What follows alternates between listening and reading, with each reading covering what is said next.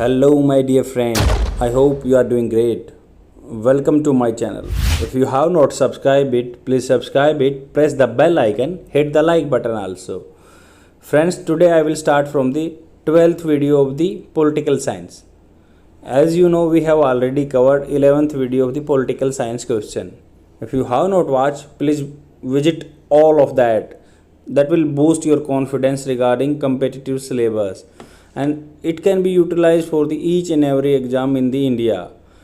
And these videos are specially made for the UPSC and the state PCS examination. And friends, I have created other playlist also for the same competitive syllabus. You can visit on that and boost your knowledge regarding competitive syllabus. इसका 11th question से start करते हैं. मतलब ये आपका 111वां question है अगर हम उस लिस्ट के हिसाब से देखें तो, बट यहाँ पे 11th नंबर है. तो देखते हैं 11th number. With reference to the 11th and 12th schedule of the constitution of India which of the following subjects matter are common to both rural and urban local bodies.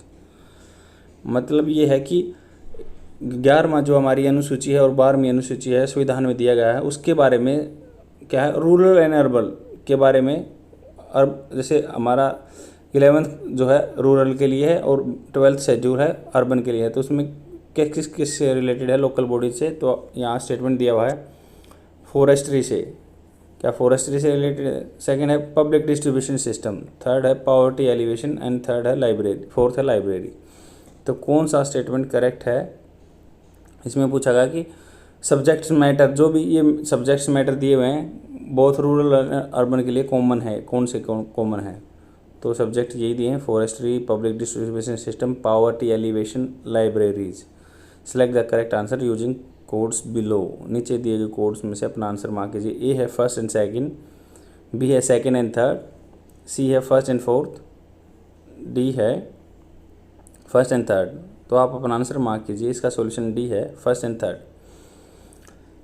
First statement correct है. Under the 11th schedule there are social forestry and farm forestry, while the 12th schedule has a urban forestry as its subject matter, hence forestry is common to both.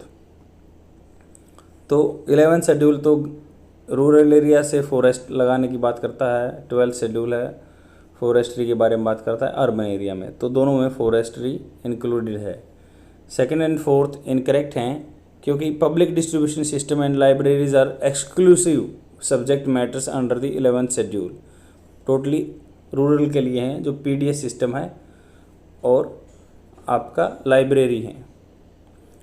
और third statement correct है. Poverty alleviation is subject matters under the both 11th schedule. मतलब गरीबी हटाने का क्या है, urban local bodies या जो शहर में है और रूरल लोकल बॉडीज़ के लिए भी बनाया गया है. 11th और 12th शेड्यूल में दोनों में दिया हुआ है. While that 11th schedule task care of the rural poverty alleviation. वही मैंने बता दिया कि 11th का गांव के लिए, 12th का शहर के लिए.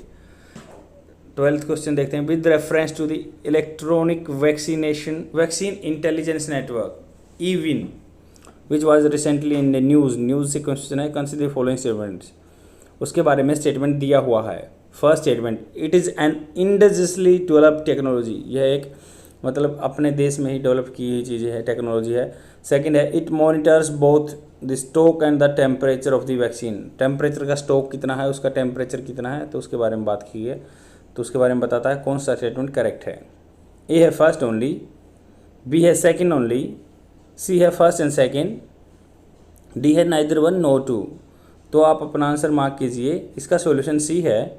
फर्स्ट स्टेटमेंट करेक्ट है क्योंकि इसमें बोला गया it is an indigenously developed technology with support from the United Nation Development Programme. UNDP ने सपोर्ट किया और हमारा इंडिया में ये डेवलप किया गया, इसलिए इंडिजिनसली स्कीम बोलते हैं, टेक्नोलॉजी बोलते हैं. और क्या है, it digitise vaccine stocks and monitors the temperature of the cold chain through the smartphone application.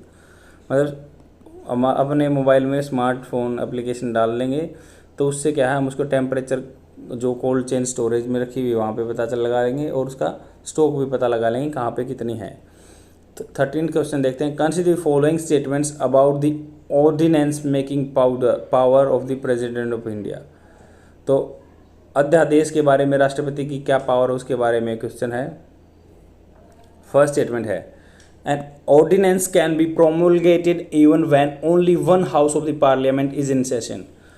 Ordinance कब प्रोमुलगेट हो सकता है? जब अकेला एक सेशन, एक मतलब लोकसभा या राज्यसभा इनमें से कोई सा भी सेशन हो तो ओनली तब दे सकते हैं। ओनली के हमें ध्यान से पढ़ना है कि ओनली दिया हुआ है, जब ही दे सकते हैं क्या।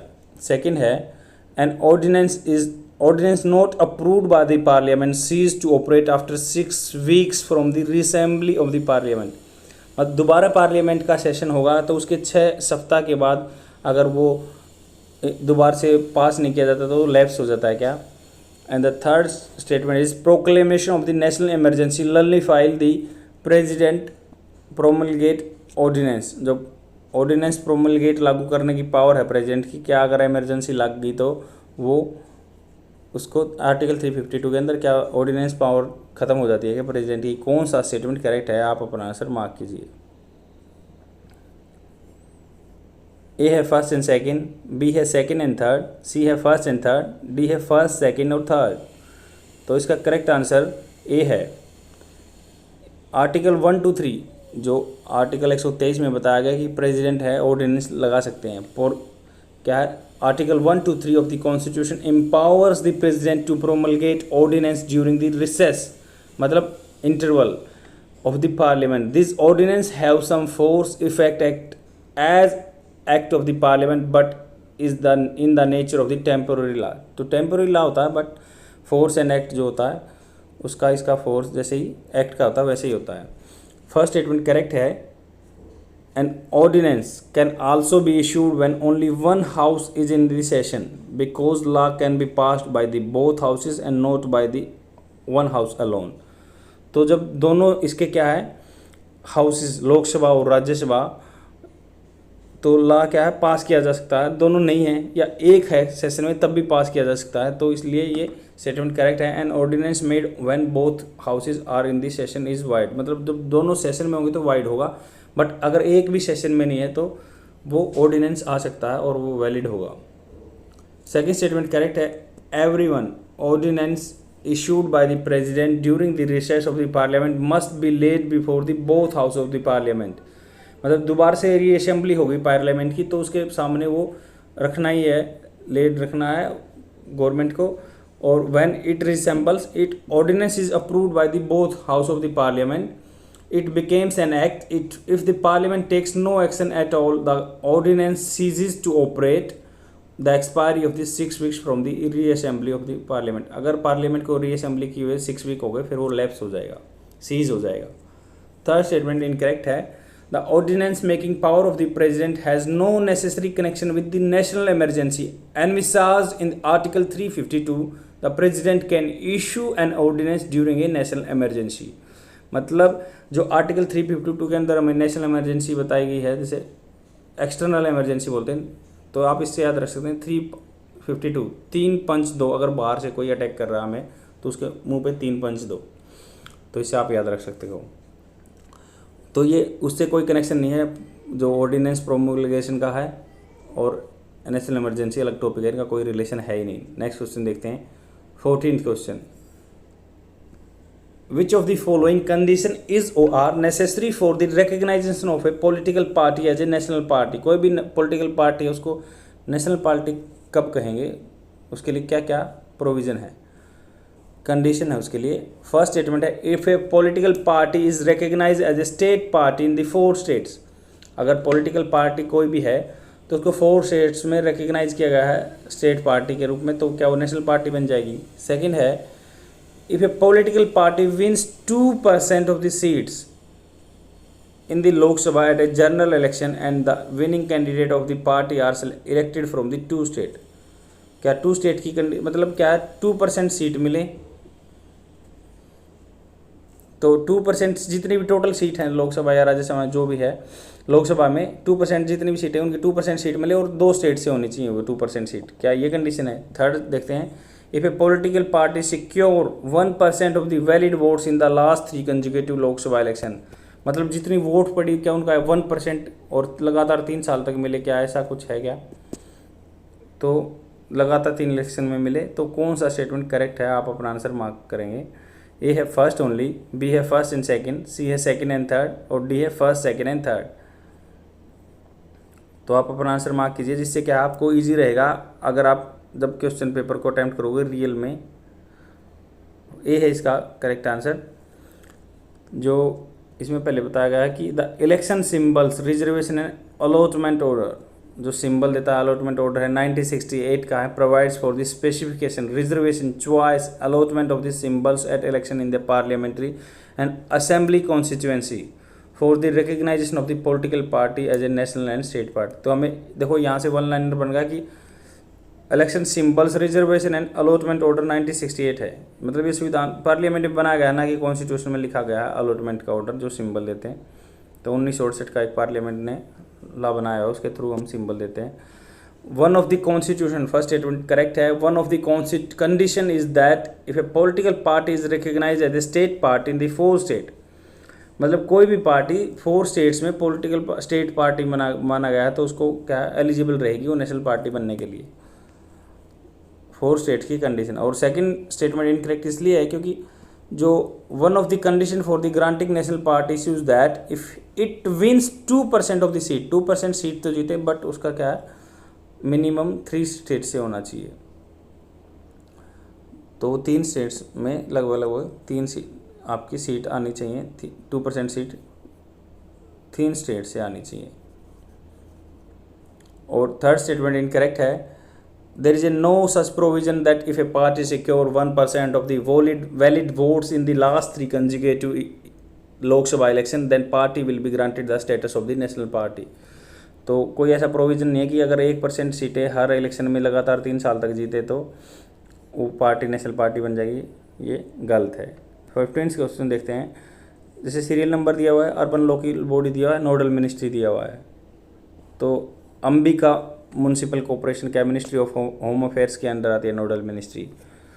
सेकंड है जो चंडीगढ़ म्यूनसिपल कॉर्पोरेशन है क्या मिनिस्ट्री ऑफ अर्बन डेवलपमेंट के अंदर आती है। जलंधर कंटोनमेंट बोर्ड है जो मिनिस्ट्री ऑफ डिफेंस के अंडर आती है क्या। तो आप अपना आंसर मार्क करेंगे इनमें से कौन सा करेक्ट मैच है। ए है फर्स्ट ओनली, बी है थर्ड ओनली, सी है सेकेंड एंड थर्ड और डी है तीनों ठीक हैं। तो इसका बी सॉल्यूशन करेक्ट है।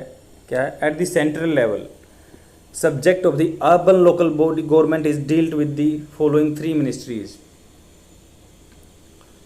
मिनिस्ट्री ऑफ अर्बन डेवलपमेंट आता है एक, तो सेकंड आता है ministry of defence in case of the cantonment board, मतलब कोई छावनी है तो उसमें मिनिस्ट्री ऑफ डिफेंस का कंट्रोल रहता है। और जनरल में मिनिस्ट्री ऑफ अर्बन डेवलपमेंट का रहता है। और मिनिस्ट्री ऑफ होम अफेयर्स का है यूनियन टेरिटरी के लिए रहता है, जैसे दिल्ली और चंडीगढ़ या गोवा पांडिचेरी से। तो फर्स्ट पेयर इनकरेक्ट मैच है क्योंकि Ambikapur municipal corporation is the state of the Chhattisgarh, Chhattisgarh में अंबिकापुर। और इसका क्या है, so it falls the under the administrative control of the ministry of urban development. It is in the new solid waste management due to its initiative name garbage cafe. तो अंबिकापुर में हमें ये 1 line question ये भी बन सकता है, garbage cafe का प्रोजेक्ट कहाँ पे स्टार्ट हुआ है, कि ये अंबिकापुर छत्तीसगढ़ में स्टार्ट हुआ है। और सेकंड इनकरेक्ट मैच है, इसमें बोला Chandigarh is A union of territory of the municipal corporation of the Chandigarh. तो इसके लिए होम अफेयर्स, अगर यूनियन टेरिटरी की है तो होम अफेयर्स के अंडर आएगी ये। थर्ड स्टेटमेंट करेक्टली मैच है। जलंधर कंटोनमेंट बोर्ड क्या है, कंटोनमेंट एरिया है तो इसलिए मिनिस्ट्री ऑफ डिफेंस के अंडर आएगा। इसका ये एक्ट है 2006 का, इसके तहत आता है। 16th क्वेश्चन देखते हैं। As per the 9th of the constitution, part 9 के बारे में बात की है of the constitution of India, consider the following statements with reference to the election to the local government. जो पार्ट 9 है संविधान का, उसमें बारा गया लोकल गवर्नमेंट के बारे में स्टेटमेंट दिया हुआ है इलेक्शन के बारे में। तो किसको कितनी पावर बनेगी है, मिली गई है। फर्स्ट स्टेटमेंट है, a person is not eligible to contest the election if he or she is below the age of the 25 years. क्या लोकल बॉडी के इलेक्शन में 25 ईयर से नीचे का बच्चा कोई भी इलेक्शन नहीं लड़ सकता, या बच्चा या आदमी कहेंगे, बच्चा तो नहीं हुआ। Any questions regarding disqualification of the contesting member for the panchayat is determined by the governor is consultation with the respective state election commission. मान लो कोई भी डिस्क्वालीफाई करना है, उसकी कंडीशन है, जैसे अभी क्या है यूपी गवर्नमेंट में बात आई है कि जिसके 2 बच्चे होंगे वो स्टेट लोकल गवर्नमेंट का क्या है इलेक्शन नहीं लड़ सकता। तो यहाँ मैंने आपका आंसर भी दे दिया, आप समझ जाओगे कि कोई क्वेश्चन डिसक्वालिफिकेशन के बारे में बात है कि पंचायत के इलेक्शन लड़ने के लिए तो गवर्नमेंट कंसल्ट करती है क्या स्टेट इलेक्शन कमीशन के साथ। तो करेक्ट आंसर कौन सा है, आप अपना आंसर मार्क कीजिए दोनों में से। ए है फर्स्ट ओनली, बी है सेकंड ओनली, सी है फर्स्ट एंड सेकंड और डी है क्या दोनों गलत हैं। तो डी आंसर इसका करेक्ट है, दोनों गलत हैं। कि कोई भी पर्सन एलिजिबल नहीं होता है 25 साल से बिलो है, तो उसमें लोकसभा और राज्यसभा की कंडीशन है 25 साल age. But the local government election as per article 243(1) F(1) मतलब आर्टिकल 243 F(1) के क्लोज 1 में बताया गया है, या जो अर्बन के लिए 243(V)(1) में बताया गया मिनिमम एज 21 साल है। दूसरा क्या बात है कि आप इसको ऐसे याद रख सकते हैं 143, जैसे एक ट्रिक बोलते हैं ना, 1 में 1 अक्सर होता है, लव में 4 होते हैं, यू में 3 होते हैं, आई लव यू। तो पंचायत से 1 का 2 कर दो, बस पंचायत का आपको याद रह जाएगा 243 रहता है। छोटी छोटी ट्रिक से आप लंबे टाइम तक चीज़ों को याद रख सकते हैं, इसको ईजी रहेगा आपको एग्जामिनेशन में आर्टिकल याद करने में। तो सेकंड स्टेटमेंट इनकरेक्ट है। As per the article 243(F) clause 2 any question regarding disqualification of the contesting member of the panchayat is determined by the such authority as the state legislature determined. मतलब वो authority decide करेगी जो state legislature उसको determine करेगा कि हाँ यही करेगी। तो इसलिए नेक्स्ट क्वेश्चन देखते हैं 17th question. Consider following statements with respect to the super conductor recently seen in news. Superconductor के बारे में स्टेटमेंट दिया हुआ है। फर्स्ट स्टेटमेंट है they transmit electricity without energy loss. मतलब सुपर कंडक्टर क्या है, एनर्जी का लॉस नहीं होने देते, डायरेक्ट ही आपका एनर्जी ट्रांसफर कर देते इलेक्ट्रिसिटी। सेकंड है super conductor can exist at the room temperature at atmospheric pressure. जो रूम टेम्परेचर पे रहता है उस पे प्रेशर पे क्या रहते हैं सुपर कंडक्टर। कौन सा स्टेटमेंट करेक्ट है? ए है फर्स्ट ओनली, बी है सेकंड ओनली, सी है दोनों ठीक हैं, डी दोनों गलत हैं। तो इसका सॉल्यूशन ए है। सुपर कंडक्टर क्या होता है? That conducts electricity without resistance, resistance zero होता है। स्टेटमेंट 1 करेक्ट है। It has no resistance therefore it allow current to flow, thus super conductor transmit electricity without energy any loss. Second statement incorrect है। All the super conductor previously discovered exist at the temperature close to the absolute zero, मतलब 0 degree Celsius 273 Celsius minus 273 होता है 0 degree, हम के से करते हैं तो केल्विन से। Recently scientist discovered A super conductor at the room temperature, however it needs a very high pressure about 2.6 million times the atmospheric pressure. Temperature पे मिल जाएगा पर उसको प्रेशर बहुत जाना चाहिए, 2.6 मिलियन होता है 10 लाख।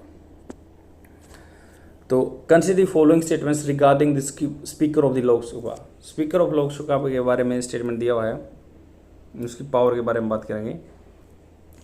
मतलब स्पीकर ही और सी कोई भी हो सकता है। He presides over a joint session of the parliament if there is a deadlock over the passage of the constitutional amendment bill. अगर अमेंडमेंट बिल है संविधान में कुछ करने का तो उस पर क्या डेडलॉक पे आर्टिकल 108 के थ्रू हम क्या है ज्वाइंट सीटिंग बुला सकता है जो स्पीकर है अपना। तो क्या उसको प्रोविज़न है ऐसा कोई CAA के बारे में, कॉन्स्टिट्यूशनल अमेंडमेंट बिल में CAB।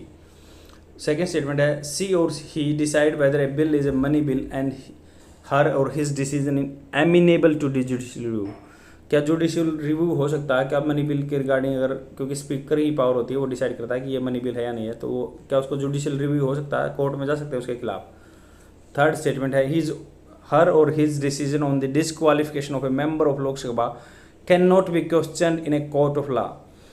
मतलब डिसक्वालिफिकेशन अगर वैसे तो गवर्नर डिसाइड करता है स्टेट के लिए और लोकसभा के लिए अपना प्रेसिडेंट डिसाइड करता है, बट जो एंटी डिफेक्शन लॉ होता है उसके तहत शेड्यूल 10 में जो लिखा गया है 1992 में आया था, तो उसके तहत क्या है हमारा स्पीकर डिसाइड करता है कि ये डिस्क्वालीफाई है नहीं है। तो क्या वो जुडिशियल रिव्यू में जा सकता है? क्योंकि कई स्टेट में ऐसा हुआ कि वो डिस्क्वालिफिकेशन के बाद भी जुडिशियल रिव्यू में गया है। तो कौन सा स्टेटमेंट इनकरेक्ट पूछा गया है? ए है फर्स्ट एंड सेकेंड, बी है सेकेंड, सी है फर्स्ट एंड थर्ड और डी है तीनों ठीक है। तो इसका सोल्यूशन सी है। स्पीकर क्या होता है? The speaker is the head of the Lok Sabha, he is the guardian of the powers and privilege of the members of the house of as a whole. तो वही गार्जियन है रहता है, जो भी मेंबर रहते हैं लोकसभा में, उसकी पावर्स का, प्रिविलेज का। फर्स्ट स्टेटमेंट करेक्ट है, there is no provision holding a joint sitting. कोई भी कॉन्स्टिट्यूशन अमेंडमेंट बिल है उसमें ज्वाइंट सीटिंग नहीं हो सकती, यही उसमें दिया हुआ है। और ज्वाइंट सीटिंग मेड हो सकती है ऑर्डिनरी बिल में, और सीटिंग कौन करता है? लोकसभा स्पीकर करता है, उसका ज्वाइंट सीटिंग की प्रेसिडेंसी। सेकंड स्टेटमेंट करेक्ट है।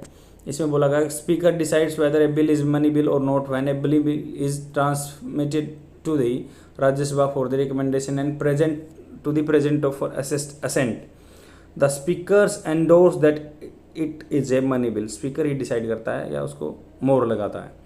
The supreme court in September 2018 noted that decision of the speaker to classify a bill money bill is amenable to judicial review। Judicial review हो सकता है while justifying the passage of the Aadhaar bill, क्योंकि Aadhaar bill को as a money bill pass करवाया गया था parliament में।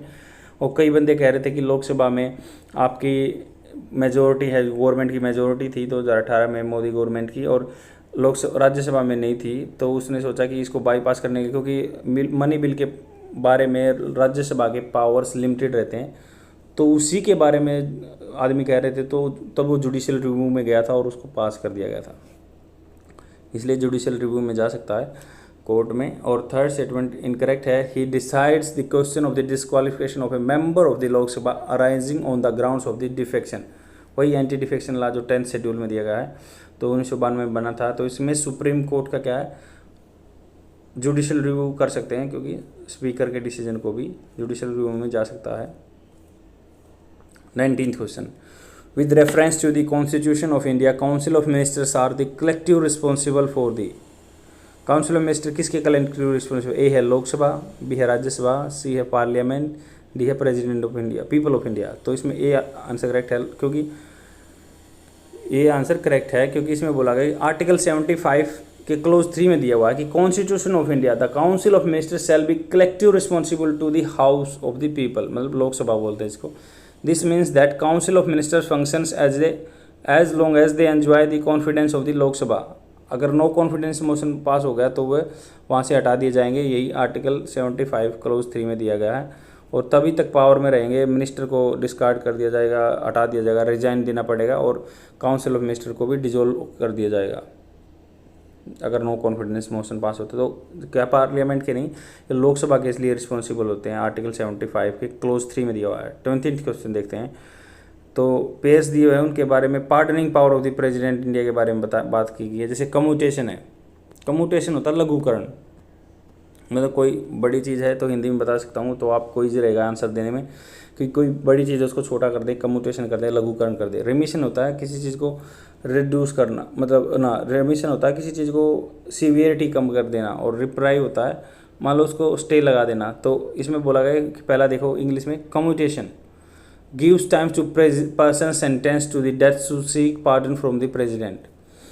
तो give times to a person sentence to the death seek pardon from the, time देना, स्टे लगाना क्या कम्यूटेशन कहलाता है। रिमिशन क्या है, reduce the time period of the sentence from the 2 year to 1 year कर दे, रेमिशन बोलते हैं क्या उसको।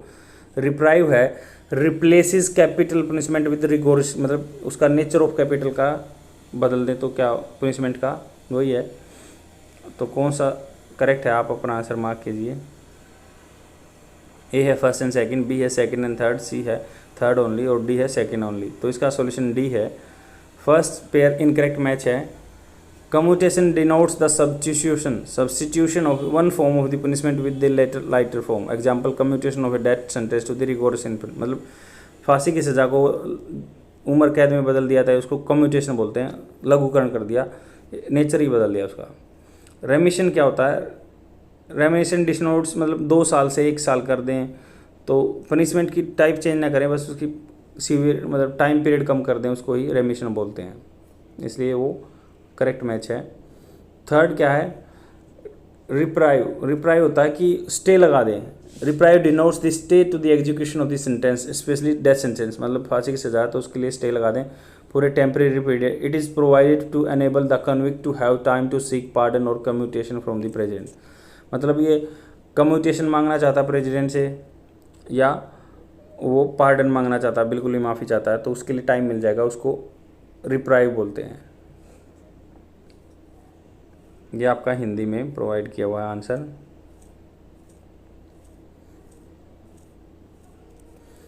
That is all for today. I will come tomorrow with more questions, and please share my video among your friends so that they can get benefited within the free amount, because this is totally paid content I am providing within the free amount to each and every student. Please share my video. Bye.